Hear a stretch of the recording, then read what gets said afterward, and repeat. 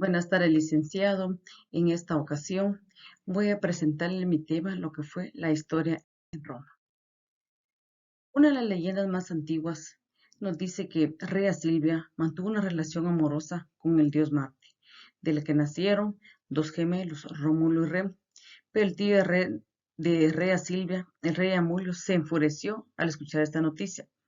Así que él sacó a los niños en una cesta y los mandó en un río, del cual estos niños pues recorrieron todo el río Tíbet, pero los niños al oír el llanto de una loba, pues ella los rescató y los amamantó.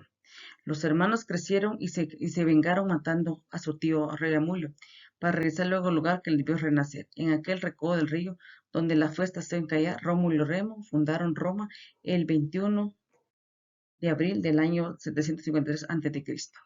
Se dice aquí que la antigua Roma fue fundada por dos hermanos y semidioses, Rómulo y Remo, el 21 de abril del año 753 a.C. La ciudad fue gobernada por 7 reyes, desde Rómulo hasta Tranquinio, a medida que crecía en tamaño y poder. La ciudad de Roma fue dividida en tribus, la latina, la sabina y la etrusca. Mientras latinos y sabinos comenzaron a construir sus chozas de barro y ramajes sobre la cima del Palatino, la ciudad fue dividida en 3 tribus, la latina, la sabina y la etrusca.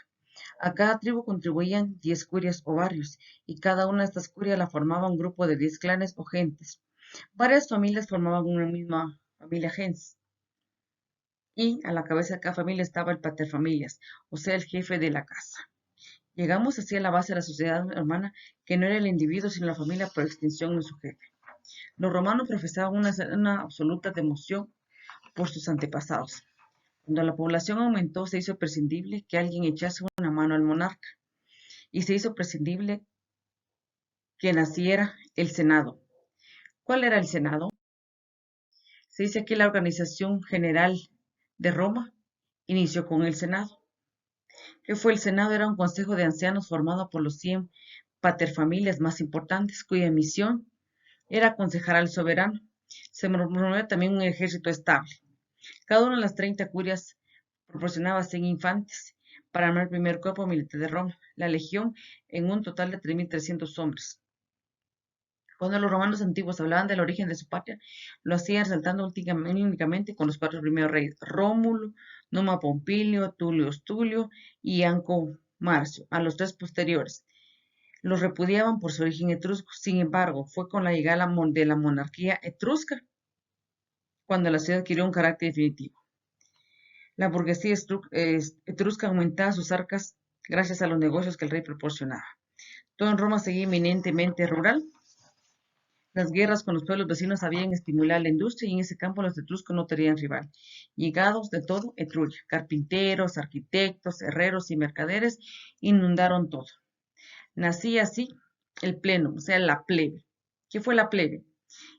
Ingentes masas de extranjeros sin voz ni voto. Esta plebe sería decidida para el quinto rey, con el apoyo y la riqueza de la nueva burguesía. Etrusco, Tarquino, pero alcanzó el trono.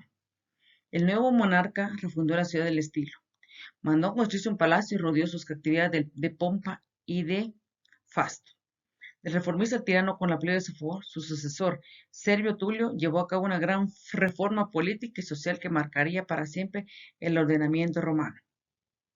Servio proporcionó a la ciudadanía romana todo aquel que viviese en Roma, y cambió las 30 curias por 5 clases en los nuevos comicios. La primera clase, la más adinerada, si votaba en el que tenía la mayoría de votos, ni siquiera el Senado podía mover ficha. La organización general a nivel de la estructura fue por 2 grandes pilares: la asamblea de las consultas, las magistraturas y el pueblo, que fueron mutando su nombre durante los primeros periodos, aunque conservando el mismo rol político. El Senado, la magistratura, los comicios, el ejército, el censo, el pueblo, se tiene primero el Senado, que era el órgano más antiguo de toda la estructura política romana, presente de la monarquía hasta el fin del Imperio Romano. Luego están las magistraturas, los comicios, que se instauraron en época republicana y se convirtieron en parte esencial del sentido de la entidad humana. Como potencia militar, la institución es indispensable también para comprender la realidad política romana, pues en aquel entonces ser ciudadano era ser el ejército. De aquí que parte también otras divisiones, ¿verdad? Que los periodos históricos de la organización política. El primer periodo en la organización política fue la monarquía. ¿Qué es la monarquía? Esta empieza desde la fundación romana por parte del Rómulo y Remo y se extiende hasta el año 510 a.C. Cuando se constituye la república con la expulsión de Lucio Tarquino el Soberbio, su organización política giraba en torno al rey, quien era de carácter vitalicio pero hereditario. También en el Senado de Asambleas poseían un poco poder y autonomía, pues el rey era el responsable del proceso electivo, ¿verdad? Entonces, luego después de esto también, ¿verdad? Hablamos también de la república. La república era otra forma de gobierno, ¿verdad? En donde comienza en el año 510 hasta la imposición del título de emperador de César Augusto a Cayo en el año 27 a.C. El centro del poder político romano se centra en el Senado. Las magistraturas y los comicios, el Senado era el pilar fundamental de la República, que era legislaba todo. Y así pues cada uno de estas divisiones en la política eran de suma importancia para Roma. De ahí también hablamos también de otras situaciones muy importantes, ¿verdad? De lo que eran los comicios curiados, comicios centuriados, los comicios tributados, ¿verdad?